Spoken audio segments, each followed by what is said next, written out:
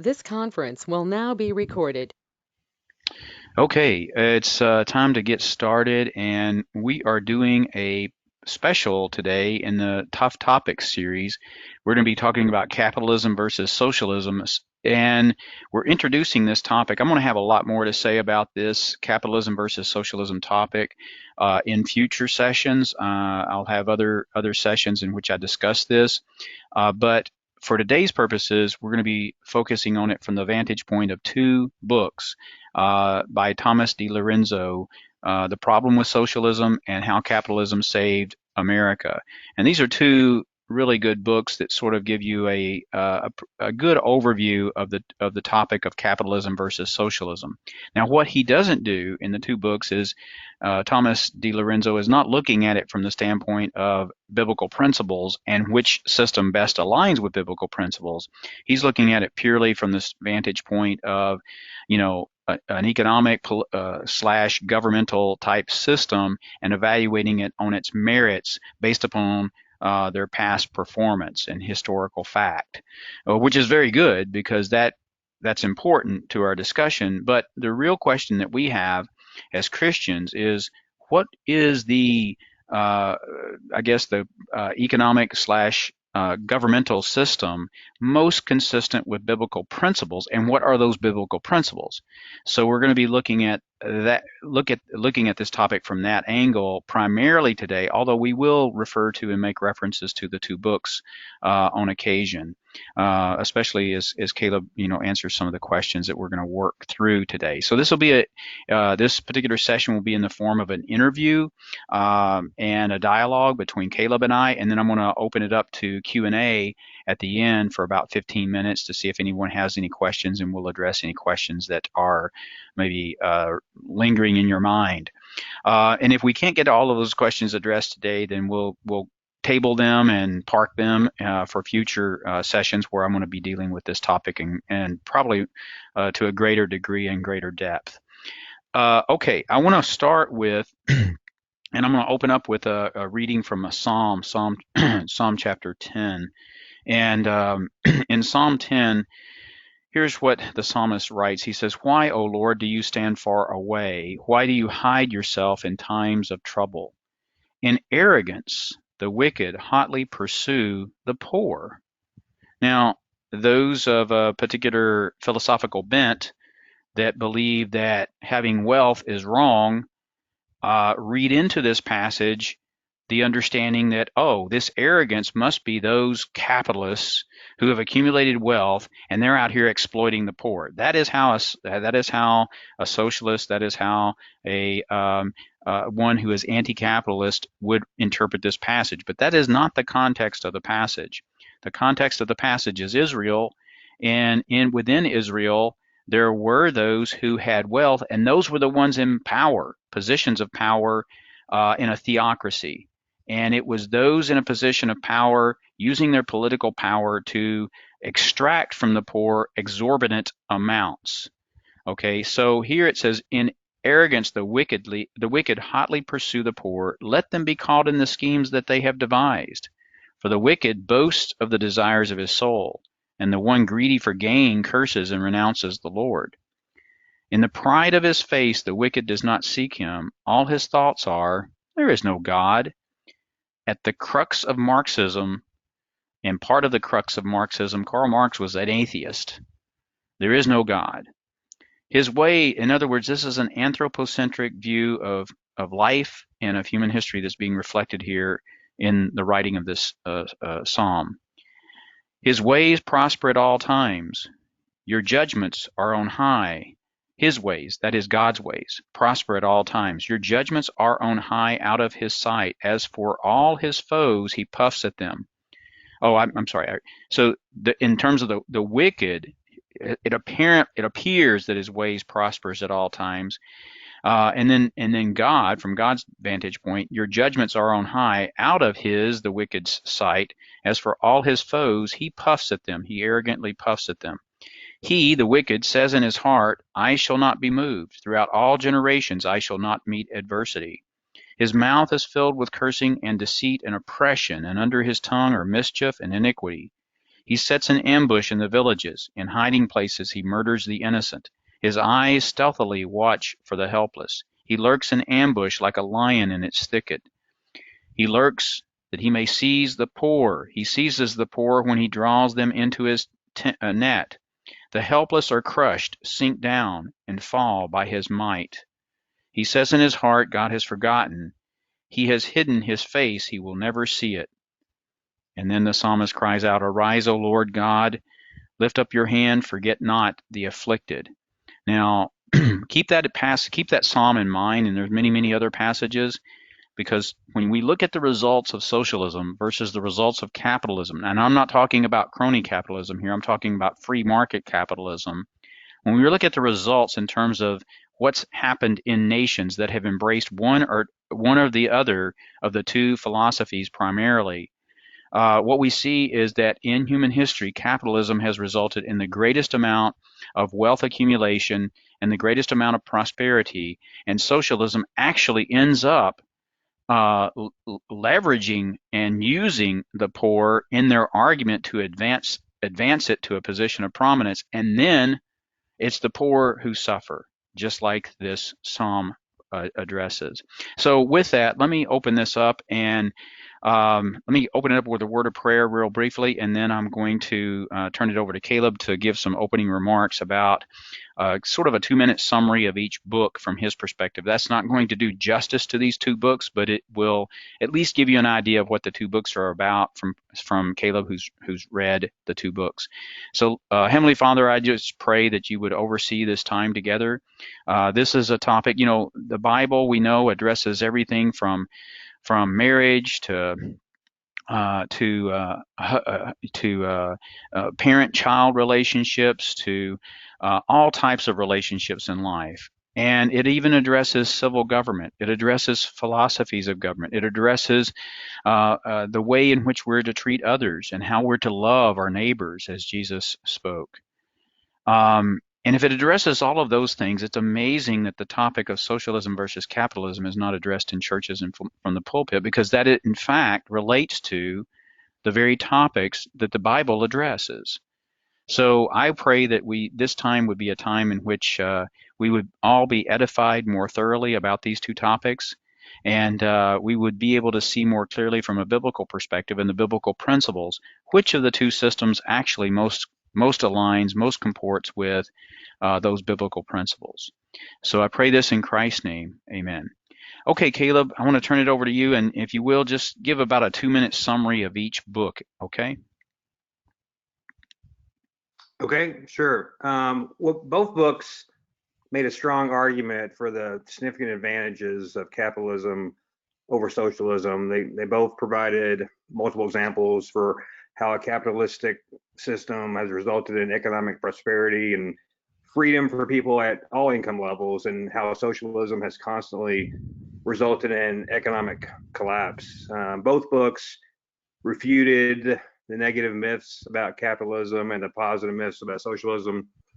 In the book, The Problem with Socialism, this one focused on economic systems and governments throughout history and throughout many different countries, including the United States. It detailed the reason for the collapse of many socialist, Marxist, or communist countries, and also discussed how even small pockets of emerging capitalism has had a positive influence on these economies.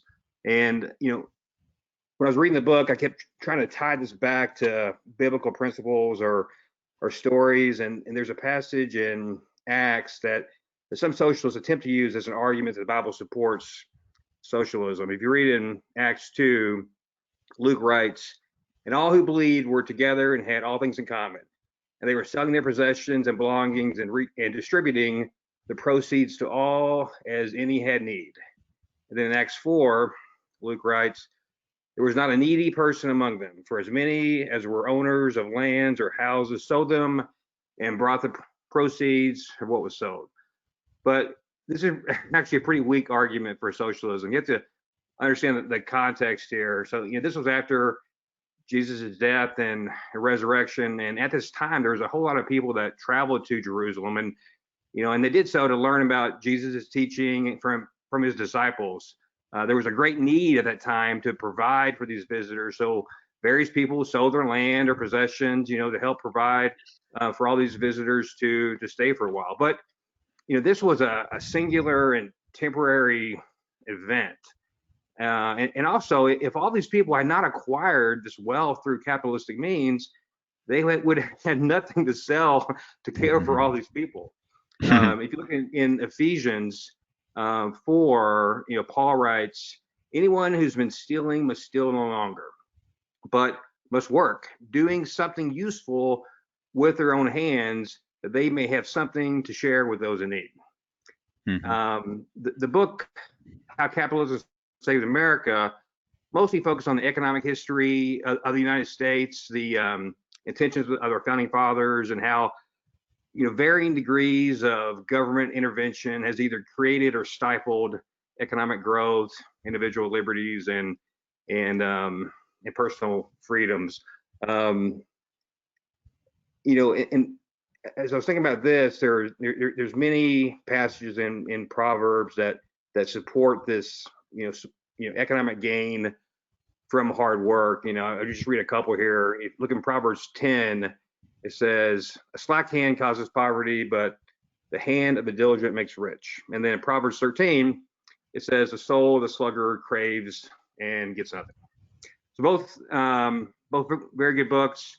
Coming at it from a different perspective. One just focusing on the problems with socialism, and the second one focusing on how capitalism has resulted in a prosperous economic condition in the United States, but also talking about how we have over the years gotten more towards a socialist slant, and how that has negatively impacted our economy and individual liberties. Yeah, that's great, Caleb. That's a great summary of, or just a brief in a nutshell, the two books. That's fantastic. I think also that Acts passage that you mentioned, the other thing that was worthy of note in regard to that Acts passage is that all of them were believers too, as opposed to a governmental system causing and bringing about forced redistribution. And all the redistribution that happened there was voluntary.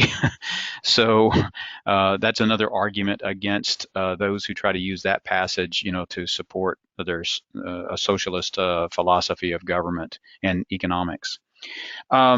So, Caleb, which of the two systems, well, I think you maybe have already addressed this somewhat for sure, but which of the two systems, in your opinion, after reading these two books and with other consideration probably, which of the two systems best align with I guess with God's character, from your vantage point? All right, well, that's a loaded question, because you think about God's character. There's a lot of attributes of that. You think sovereignty, eternal life, love, justice, righteousness. Omnipotence, omniscience, immutability, veracity. So it is difficult to equate some aspects of God's character to an economic system. Obviously eternal life, omniscience, omnipotence, and immutability don't relate very well to human behaviors, but I'm sure we can pick out aspects of his character that does translate fairly well. If you look at a couple, righteousness and justice. So there's a lot of people that would argue that socialism is more righteous and just than capitalism. That socialism has attributes of being morally right or justifiable. What could be more righteous or just than ensuring that everyone is equal and have the same opportunities? But in practice, socialism results in even more inequality. It results in political figures becoming all powerful instead of the people that have worked hard and taken risks throughout their lives. It results in less innovation and a poor society without access to goods and services. On the other hand, capitalism is built on a meritocracy. Those that work hard, take calculated risk, work to further their education are rewarded for their efforts. A capitalistic system results in people paying for what they want or need instead of paying exorbitant taxes to maintain a welfare society or people that have not worked hard. Another aspect we can look at is love. So what could be more loving than equality of all people? Taking from the rich and giving to the poor sounds, socially responsible. But you got to think about, you talk about love, like what does that mean? And a lot of times, I think of it from like a family perspective. There aren't many parents, at least good parents, that believe the right way to love their children is to give them everything they want or fail to hold them accountable for their actions. Loving your children many times involves discipline or encourage them to work hard or be productive members of a society. But socialism encourages just the opposite. So, I think it's obvious that a capitalistic system aligns much more closely than socialism with God's character. Yeah, I mean, that's great. I think, just to add to that a little bit, when you mentioned meritocracy, and meritocracy is basically outcomes based upon merit. So that means obviously there's going to be unequal results just out of the fact that some are more talented in certain areas, some work harder and for what they get. So that's the concept behind meritocracy. But within socialism, what they're trying to achieve is equal outcomes and force everybody down the same, funnel to achieve these equal outcomes. And in fact, greater injustices ensue because the only way to bring about that type of forced compliance is through a tyrannical type governmental system. And then we'll talk more about this, I think, maybe later, but there's the financial dimension of it too. How do you pay for socialism? So that gets into some of our other questions. But back to God's character and compatibility with God's character and His righteousness. I think you definitely hit on the right attributes there: righteousness, justice, love. How do we love our neighbors? How do we love our neighbors most effectively? Well, if I can go out here and use my brains and create a company that's going to employ 50 other people, then I'm in effect loving my neighbor, and then if I treat them properly, I'm loving my neighbor. So I'm giving them an opportunity on their part to build their own capital and then perhaps go out and found their own company. So that doesn't happen in socialism. You couldn't do that in socialism, in pure socialism. So anyway, in terms of best compatibility with God's God's attributes or God's character, I think it's a clear win in the favor of capitalism. So what impacted you the most, Caleb, as you read The Problem with Socialism, and then also what impacted you the most as you read how capitalism saved America? Yeah, I think the first thing I'll share is that it may have taught me a lesson about asking questions in class, but because instead of just answering my question, you gave me this like homework assignment to do, which I've been working on, for the past several weeks. But I'm just kidding, obviously. It's been a great exercise, and I really appreciate you doing that because it's really allowed me to kind of dive into this and learn some things that I didn't know before. But to answer your question about what impacted me the most, and I think it's pretty much the same for both books, because I think what really hit home for me was just the freedoms and individual liberties that over time the government has abrogated from citizens, and the amount of people that actually believe the lie of socialism. After all these countries have just gone through economic destruction, people still believe that this time we can get it right. It's extremely frustrating. And just the people that are fine with the government taking care of them. Our founding fathers never intended for our country to evolve into a centrally run government or economy. The power was intended to be held at the state level, where locally elected officials were held accountable, to their constituents. And although the United States is still considered a capitalist country, there's been a consistent push, towards more progressive or socialist norms. One of the the other passages in the Bible that a lot of socialists use to support a socialist type of economy or government is in the Old Testament. When the Israelites were responsible for tithing, 1/10 of their wealth each year in order to provide for the Levites and the priests. And a lot of people use this as justification for the 16th Amendment to our Constitution or many other socialistic reforms. If you look in Numbers 18, it says, "To the Levites I have given every tithe in Israel for an inheritance in return for their service that they do, their service in the tent of meeting." But we had to understand about the system is that the Old Testament tithe was a tax system for the nation of Israel, and that was only a portion of the income. There was no common ownership of property. Individuals contributed a portion of their income to provide for those who serve the nation as a whole. And it also wasn't a progressive tax system like we have today, which is more of a redistribution of wealth. Everyone paid the same percentage. And also, if you just think about the efficacy of any taxation system or government service, it's going to depend on those that are governing. We can't expect that a system made up of sinful human beings, is going to result in a utopia. Right.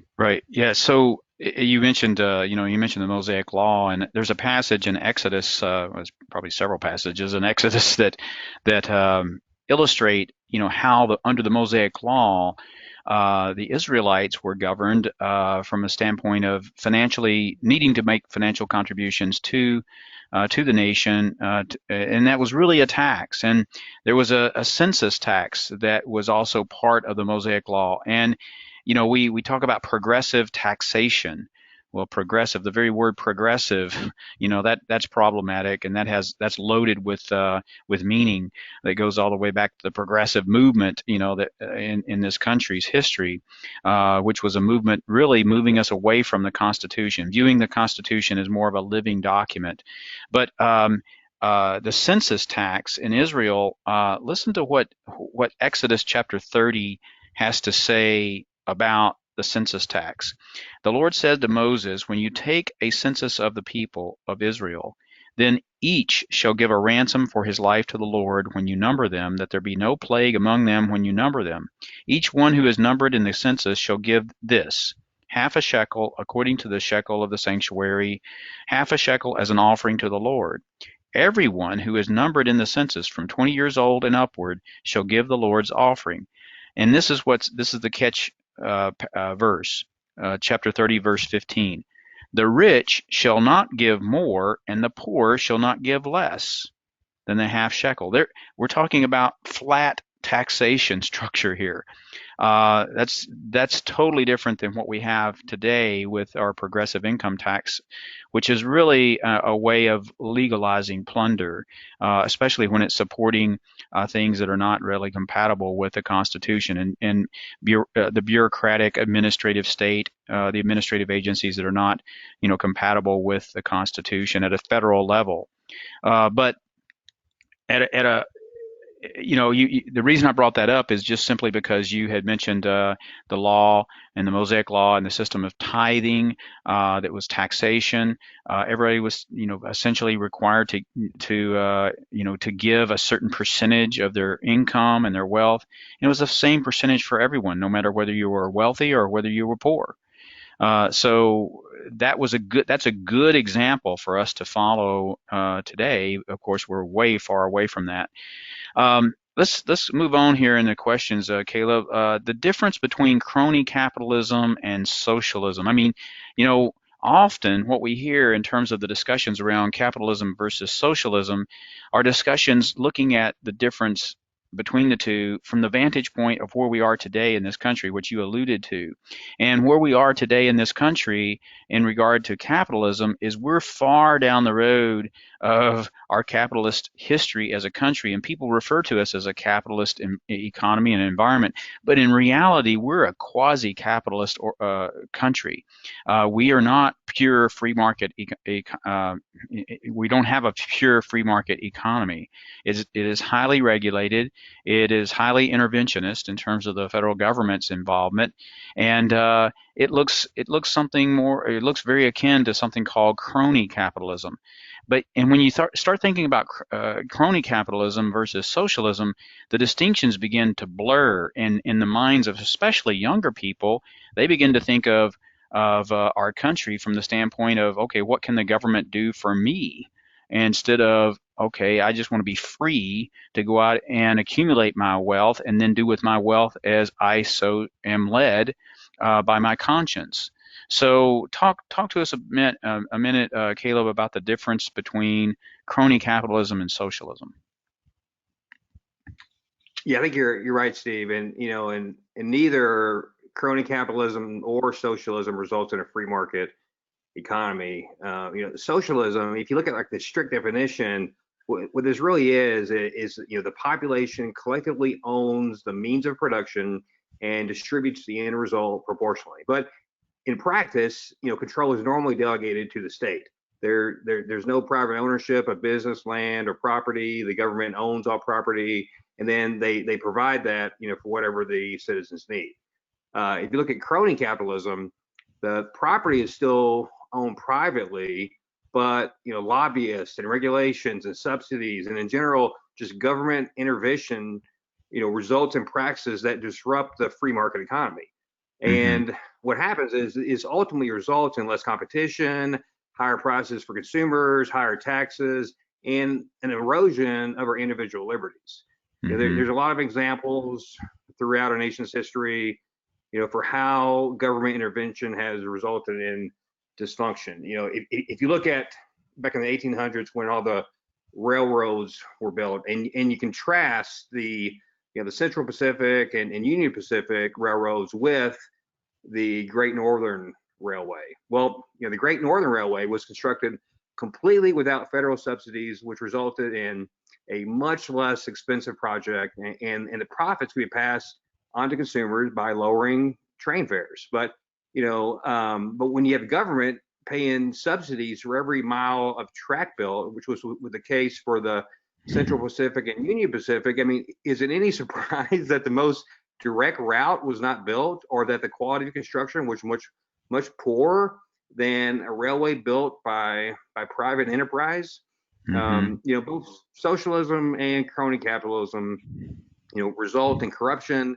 And this isn't any different than what happened in the first century AD. The group with the most political power in Israel in the first century was the Sadducees, and these guys, also known as the chief priests, were tightly aligned to Rome. And as a result of their chronic Roman bootlicking, the Sadducees were given responsibility for collecting taxes, leading the army, and administering the state. They also controlled the temple, and this was a lot more than some megachurch that may exist in some southern states today. I mean, the temple was the very center of Jewish society and governance. So the Sadducees held a lot of clout, both religious and political. And so you can imagine the level of corruption which resulted from this arrangement. And that's why John the Baptist referred to them as a brood of vipers. Jesus called them out as evil cheaters. I'm sure everyone recalls Jesus turning over the money changing tables. So no matter what you call the system, socialism, crony capitalism, democratic socialism, Marxism, communism, government influence in economic systems results in corruption. And so, yeah, I mean, corruption also exists in private companies and organizations, but in a free market system, accountability also exists for these organizations under both the law and a competition.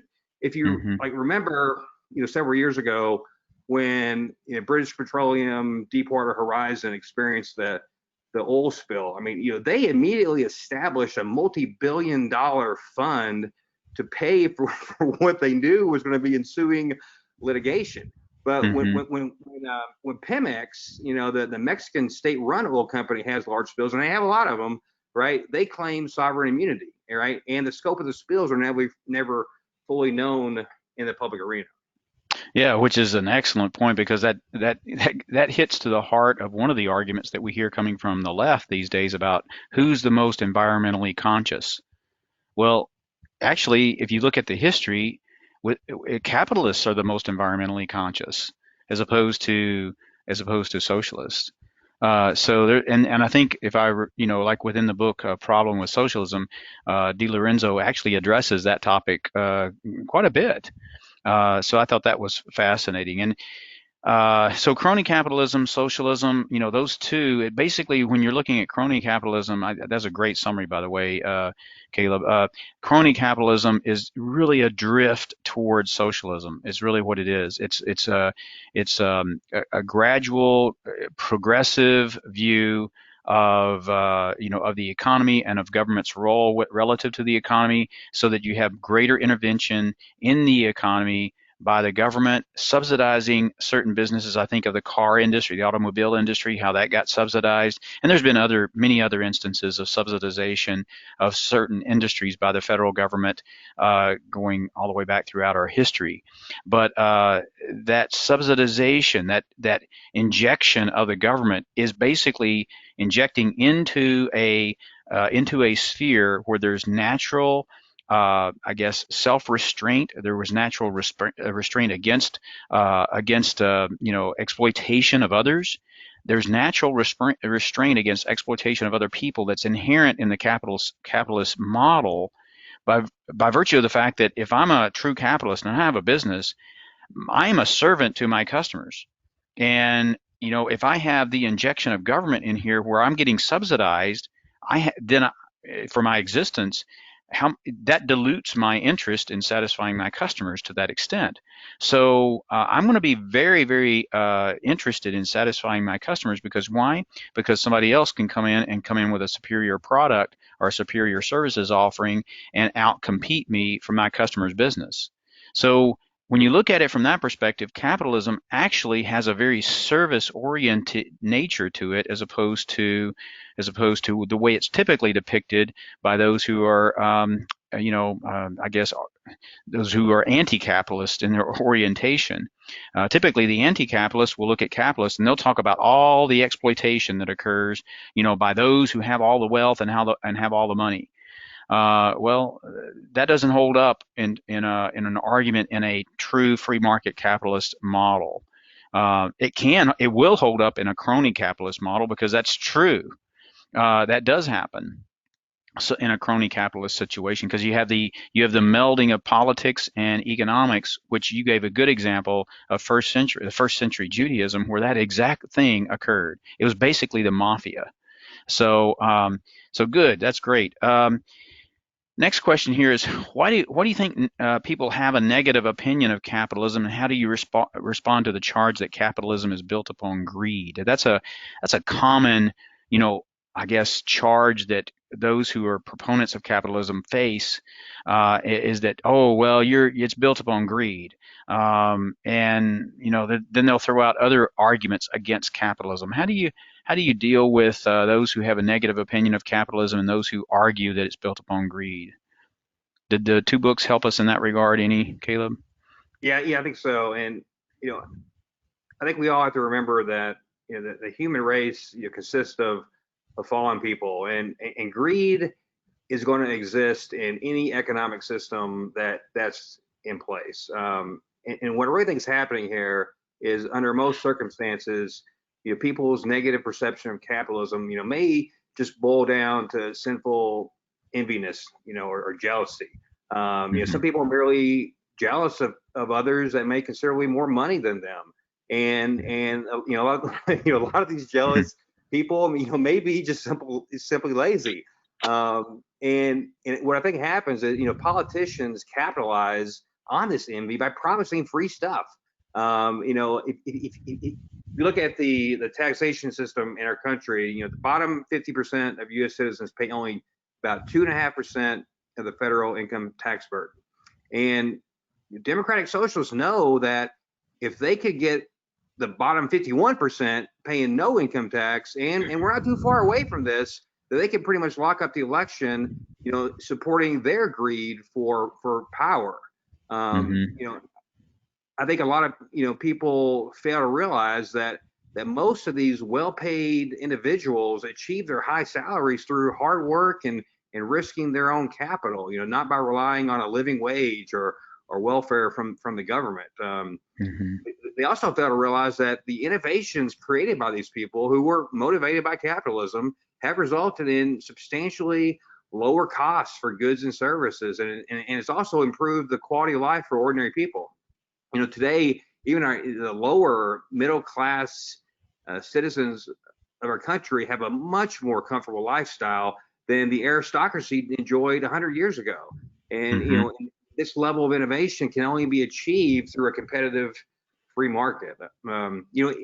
Even Abraham, the father of our Jewish nation, was a rich man. If you look in Genesis 13, Moses writes, now Abram was very rich in livestock and silver and in gold. If you read First Thessalonians, the second chapter, Paul writes, surely you remember, brothers and sisters, our toil and hardship. We work night and day in order not to be a burden to anyone. That's the key phrase there, not to be a burden to anyone while we preach the gospel of God to you. And lastly on this point is that, greed is not limited to money. Greed for power also exists. And this is much more dangerous than a greed for money. This greed for power is exactly what Democratic Socialists want. They want the power to regulate businesses for their own desires, to tell individual citizens how much they have to pay in taxes and what programs these tax dollars will be used for. I'm okay with guys like, Tim Cook or Steve Jobs, being billionaires, because my life is a whole lot more productive because of them, man. And if I'm ever dissatisfied with my iPhone, I'll buy something else. But what I'm not okay with is paying exorbitant taxes to the federal government to fund programs that I don't use or support. Yeah. Oh, yes. And you mentioned Steve Jobs and Tim Cook and, others who have made billions. But also, the other benefit of that is, okay, they made their billions and, that's great. But they also just think about how many people they made millionaires and how many people they've created a whole industry. Imagine our economy today without all of these products that Apple makes or that other technology providers make. What would that look like? I mean, that would take us back to like the 70s, I guess, where we didn't have those kinds of devices. I mean, there's the number of people who are employed in technology-related jobs today is phenomenal. So they created a whole boom of employment through their innovation and through their creativity. That doesn't arise in a socialist model. That kind of there's no incentive for people to be creative in a socialist model. It destroys creativity, as a matter of fact. So the more prosperous societies are those that are capitalist, because there's greater freedom. There's the right to own property, the right to accumulate capital. It's all there. So great answer and great response to that. You mentioned, I think it was interesting, Caleb, you mentioned democratic socialism, and I thought it was interesting, and I think it's in both of the books that DiLorenzo talks about that a bit, and he talks about Scandinavia, how that's often held up, by those who are of a socialist, orientation. They hold up Scandinavia as an example, or they may hold up Europe, some of the European countries, as an example of the success of democratic socialism. But what they fail to mention is that Scandinavia realized after their experiment in socialism that this isn't working. So they started pulling away from that and moving back toward a more capitalistic structure in terms of their economy. Also, the other thing that's not mentioned in regard to the European model of socialism, because that's generally considered that's generally held up as the example of democratic socialism versus the totalitarian type socialism we see in Venezuela and that we've seen in other countries, Cuba and other places that eventually morphs into communism. What we see in those in Europe, for instance, is the reason why those countries have been able to make it for this long under more of a socialistic type structure is that because the protection of those countries has been, we have protected them. The United States has provided them a subsidization for their very existence by providing them the defense of their countries and a defense of Europe, effectively. Um, and just imagine what would have happened if the United States had not been, part of NATO and would have pulled out of, or not even ever been part of NATO for the common defense of Europe. They would not even, Europe would be subsumed today by Russia or by some other communist country that's further along in the socialist to communist trajectory. They would have been subsumed by them. They would not still be in existence. So, and then you look into the financial model where you got the IMF involved in the subsidization of these countries and their currencies. All of that plays a role in the fact that the so-called models of democratic socialism that exist that are often held up in this argument and in this debate have really been subsidized in terms of their continued existence. So I just wanted to point that out. In regard to that particular discussion. It was really good.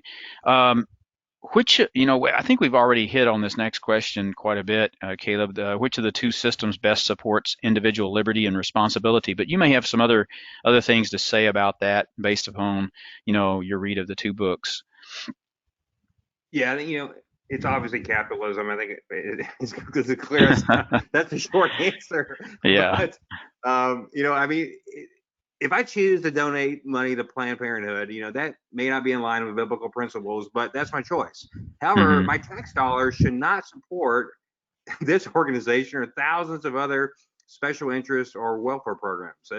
As was pointed out in how capitalism saved America, individual contributions to the poor and charitable contributions have declined significantly, over the past, several decades because people feel that their tax dollars are already going to support these organizations, whether they agree with their cause or not. So why should they, support these charities when the government's going to take care of them?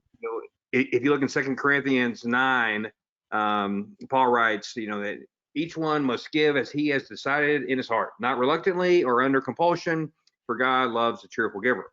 Well, there aren't too many people that are cheerful givers to the U.S. government, and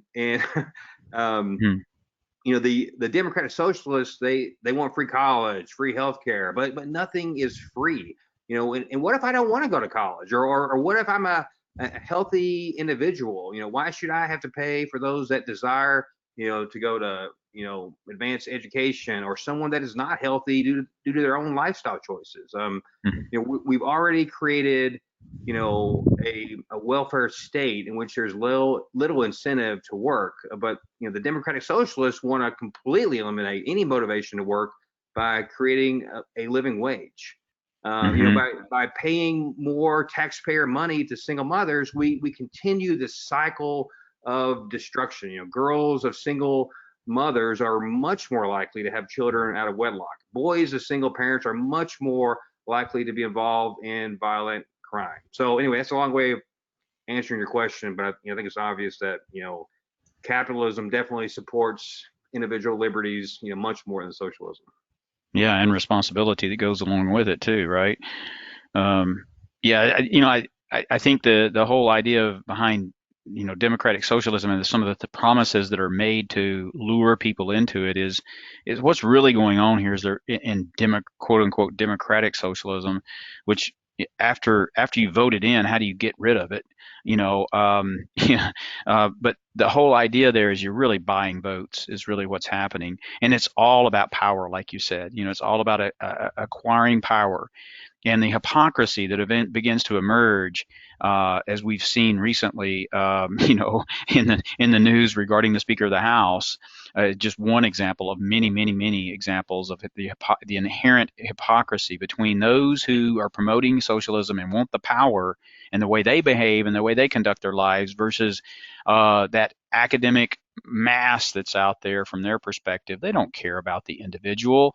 They're really all about getting the power. You're just you're not even a name to them. You're just a number, to them. So there's no it's really all about gaining power, and then also exploiting that power once you've got it, at the expense of the proletariat, that you use to ride your way into power. Okay, so we talked about this next question quite a bit too, and I think is socialism financially viable? I think you've covered that pretty well, but let me just see if you have any other comments on, is socialism financially viable? Yeah, I'll just say a few things that were referenced from the two books. So, socialism it sounds great in principle, but it doesn't work in practice. And I think it gets back to the original sin and fallen man. And when you put a system in place that has little accountability to constituents, corruption is going to naturally ensue. If you're a colony of ants, it works wonderful, but not for fallen people, unless there's a system of accountability. Nothing is free. Someone has to pay for it. And like you said, I think I truly believe that the true mission of the Democratic Socialists is power, but they advertise their campaign by ensuring the dignity and equality of all people. But what they do this by redistributing wealth and just giving money away by giving people an opportunity to work and improve their lives through hard work. And if you think about it, are we really providing dignity for people by handing out money to them from the state? I mean, what kind of dignity is that supporting? One of the most famous verses supporting this is what Paul writes in 2 Thessalonians 3. He says, if anyone is not willing to work, let him not eat. If you just look at what's happening in Venezuela, you think about this. They had the largest oil deposits in the entire world, larger than Saudi Arabia or the UAE. They were once the richest country in Latin America. And now they've just gone through economic collapse. They've got the highest inflation rate in the world. And this was all due to nationalizing their oil production, the corruption, the regulation, the high taxes, the redistributing wealth, all resulting from their embrace of socialism.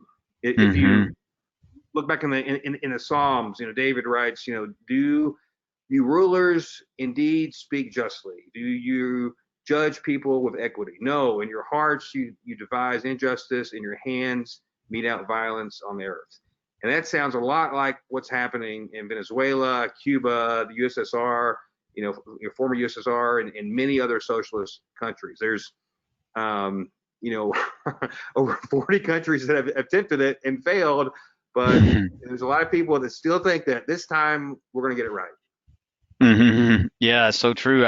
It's funny. I've talked with at least two people from Venezuela, and about this very topic and what happened in Venezuela. And I did not realize it until talking to one of them, and they told me that all of that happened within 10 years.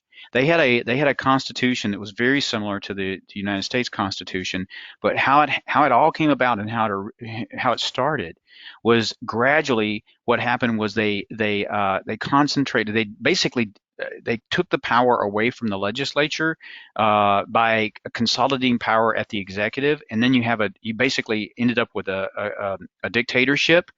And then once they got the dictatorship into place with all that power concentrated at that level, then the fiats from the top began to occur, and the economy fell.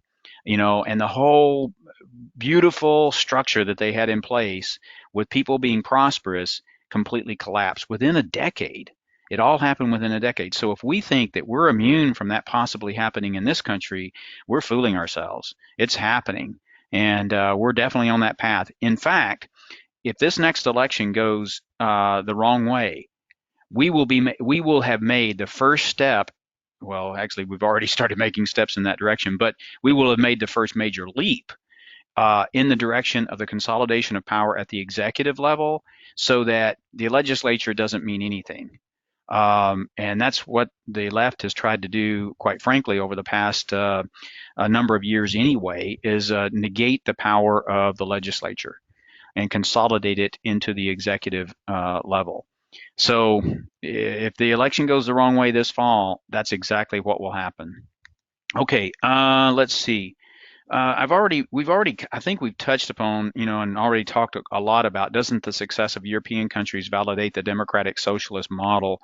Let me just move to the next question after that, Caleb, because I want to allow some time for Q&A and make sure that we do allow some time. And I've got other questions we can talk about in case no one has any questions. But what type of system most resembles that which will probably be used by the evil, prophetic Babylon and the beast during the last days? Is it capitalism, free market capitalism, or is it something more akin to a tyrannical form of socialism?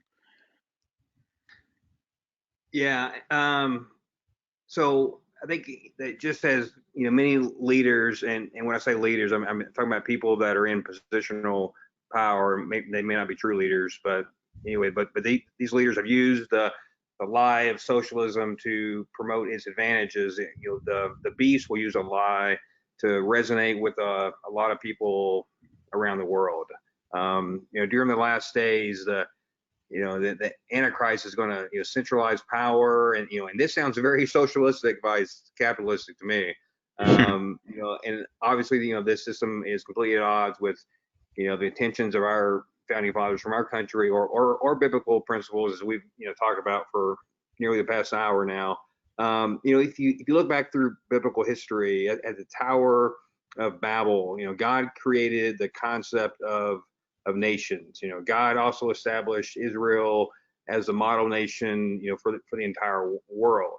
Throughout the Bible, we see several examples of capitalistic concepts promoting individual liberty and responsibility. But all around the world today, we are seeing the developments of a borderless environment and growing calls for socialism and worldwide equality. And given that socialism has continually failed time and time again, and there are still so many people that have been fooled into believing that it's going to work this time, I can also easily see how so many people will be, fooled into believing the lie during the last day. So anyway, that's a long way of saying that. I think it's pretty clear that that a socialistic economy or a Marxist type government is what that's going to exist during the last days, and we could be observing the stage being set for this type of system. Mm-hmm. Yeah. So real briefly before we move to Q&A, because I want to open it up to Q&A here in just a couple of minutes, Caleb, would you recommend these two books for folks to read? Yeah, they're actually wonderful books, and they were both came at it from a kind of a different slant, but they had the same message. They're very easy to read. It took me just a couple of days to get through either one of them. So they're very sound arguments throughout the entire book, with a whole lot of examples of exactly like what the dynamics were that occurred to create economic prosperity and capitalistic type of systems, and exactly what dynamics led to the economic collapse in socialistic type of systems. Great. Yeah. Okay. Yeah, I think they're both wonderful books. They're just good reference. They've got a lot of examples in there, like you mentioned, and I think those are, having the examples are sort of like, here's the evidence, here's the theory. We can talk about the theory and we can talk about biblical principles all day long, which is great. We need that, but we need to balance it with, okay, here's all the examples and the more factual evidence to support the argument. And the two books do provide a lot of examples in that regard. So let's do this. Let's open it up to questions to the audience, and let's just see if you have any questions. Let me see. I'm gonna stop sharing. Well, actually, I'm gonna go over here and flip over to this other view so I can see everybody. And let's see if anybody has any questions. I think you probably are seeing my screen now with the little panels that shows everybody that's participating. Anybody have questions that they want to ask Caleb or myself about this topic?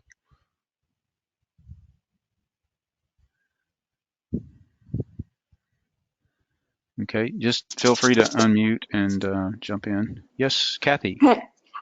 Caleb, what was the order of the books? Did he write them far apart, or which one did he write first? Which one was second? Of course, there's only two, but thank you. Yeah, I'm gonna let Steve answer that because one of them I listened as an audio book, and the other one I read as a paper copy. So I'm not exactly sure. Yeah. So you can answer that question. Yeah, I can. I've got them right here. The problem with socialism is copyrighted 2016, and I think, if I'm not mistaken, the How Capitalism Saved America is a little bit older than that. I think I was going to say around 2010, but let me just check the copyright here. 2004.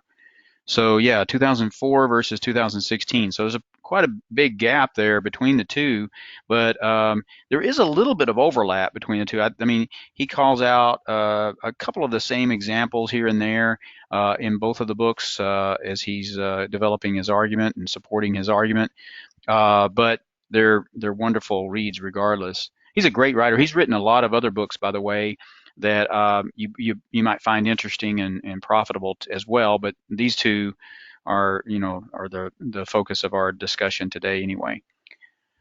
Yeah, so good question. Any other questions? Hey Steve, it's Brett. Yeah. Hey Caleb, you did a great job. My question is, back when Steve asked you about why did they think, or why did the author think that they thought capitalism was evil and why they preferred socialism? And I remember your answer, but I also wondered if the author had mentioned if maybe their background was like in university, they're just not taught. They're not taught our history. They're not, well, or true history. And it's just a matter of them not being taught, because I can remember back when I was at Arizona State, even in the 80s, a lot of the classes I was taking, if you didn't know the history, you weren't being taught that. So I was just curious if he even mentioned that, Caleb. Yeah, and Brett, that's a really good point that you bring up, and I forget which one of the books that he did mention that in, but it is definitely mentioned, and it's mentioned from a couple of perspectives. And one is like just the fact that that is what is taught in a lot of universities, that that capitalism promotes greed. And the second thing that is pointed out was that a lot of our taxpayer dollars are going to fund those universities. Yeah. So. Yeah, I'll add to that too, Brett. And I'm actually in the future, when I talk about capitalism, socialism, Marxism, educational system, what's happened in our educational system over the past several decades. I'm going to be talking to some of those topics in the future. One of the individuals that I'm going to mention that's played a very significant role in injecting distortion and into the educational pipeline, especially over the past probably 4 or 5 decades, is a man by the name of Howard Zinn. And I'm reading a book right now called Debunking Howard Zinn by Mary Grabar, and it is absolutely fascinating. He played as, I guess, as insidious of a role as anything in injecting into our country's educational pipeline a false narrative regarding our history and regarding and really promoting essentially the Marxist, the Marxist ideology of creating conflict, a conflict that can only be resolved through kind of a move away from a capitalist model to a socialist model. And so I'm seeing that in the book that I'm reading right now, and I'm seeing that emerge. So I'll bring some of that into the conversation in the future, but the educational pipeline in our country over the past 4 or 5 decades or so has been heavily influenced by Marxist ideology injected into the educational learning approaches and teaching approaches, and even what was taught. Howard Zinn wrote a book called A History of the United States, and that History of the United States became the go-to manual by most who were teaching in the, I guess you might say, the liberal arts arena, of most universities.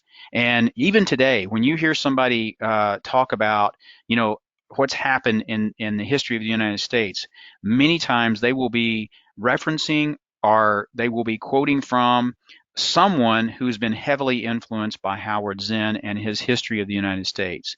And so that is a huge issue.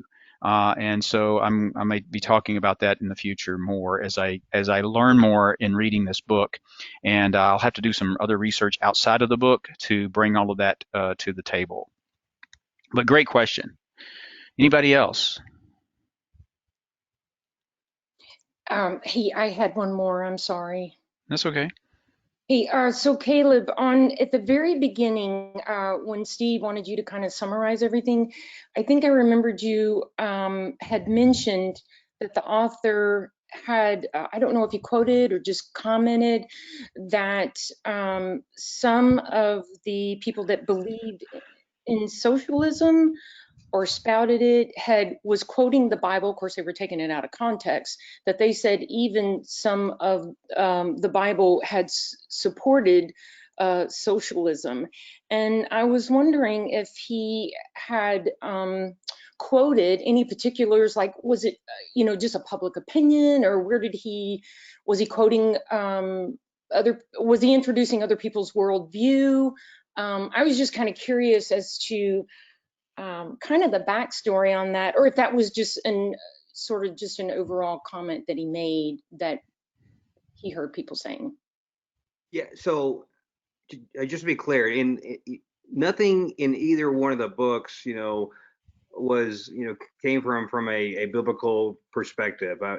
Like Steve and I kind of talked through the, how we're going to present this, and and what we wanted to do was relate it, problems with socialism or the endorsement for capitalism, back to biblical principles. So everything that I referenced in the Bible were just our attempt to relate those concepts back to biblical principles, but none of that was mentioned in either one of the books. Okay, my bad. I guess I misunderstood, and then I was curious as to what worldview that he was mentioning. So yeah, okay, that now I understand. Thanks, Caleb. Yeah, that's a really good point, because what we did talk about was the fact that we didn't want to make this be, a synopsis of the two books entirely. I mean, we definitely wanted to leverage what was there in the two books and bring that into the discussion. There's just no way to do justice to these two books in an hour time frame. But this is a this is a church, and we do want to relate everything that we're doing to the Bible. That is our standard. So the approach that we took was to say, okay, what are the biblical principles with which the principles that are sort of enunciated in these two books align, and that's the focus that we wanted to take in terms of this sort of Q&A interview about the two books, and that's the approach that we'll be taking going forward. Anytime we discuss something like this, that's a current contemporary issue, it's all about, we've got to have our standard of measure is the Bible. And if we try to approach, evaluating these issues from just the standpoint of what we think is right or wrong, then ours is just another opinion sitting out there. And one of the things I've learned, and I'll say this in one of these classes that I'm taking right now, it's on educational theories, is there are a number of educational theories out there, and that address things such as how people think, how students think, how people learn, and so these theories are really fascinating. And there's one family of theories that's called constructionism. And or not constructionism. Let me see. It's let me see. Cognitive. Constructivism. Constructivism, not constructionism. Constructivism. And so this one family of theories called constructivist theories is basically there's sort of a range within this family of theories, and the range goes from sort of the extreme form of constructivist theories that basically says the individual constructs all the knowledge they possess. They construct it. Well, that's where educational theory and that's where educational practice has gravitated, is the individual constructs the truth that they possess. And that's where we hear the terms and phrases, your truth, my truth. We hear that all the time. It's coming right out of our educational pipeline and the educational theory that's been employed now for several decades, and it's called constructivist theories and the constructivist family of theories. I'll have more to say about that in the future, but this whole point about the educational pipeline and what role it's played, it is humongous in terms of where we are today. And it plays right into this discussion about capitalism versus socialism. Most of those who are in the educational pipeline, because they're academicians, and they've been influenced by the academy and the theories that the academy has embraced. Those theories are compatible with the Marxist influence of such men as Howard Zinn. So that's why we are where we are today, where people are thinking, oh, socialism sounds pretty good. And they're not even critically thinking about this from a financial viability perspective, nor from a freedom perspective. They don't even know about the Constitution. I mean, so that's almost unknown. So any other questions? Hey, Steve, wasn't it Margaret Thatcher that said, yeah, socialism is great until you run out of other people's money? Wasn't it she that said that? Yeah, she said that. She was pretty good. Yeah, it's really good until you run out of other people's money. Anybody else? Questions? And then we'll close out if there's no questions. Questions? I'll give it a once, twice, thrice times. Okay. Caleb, great job. Excellent job. And really, really good job of responding to all those questions. I thought that was really good. So we'll try to do more of this in the future. I think this model, and we'll see if anybody else wants to take it on. This model, I think we set the standard here for what I expect out of these types of opportunities.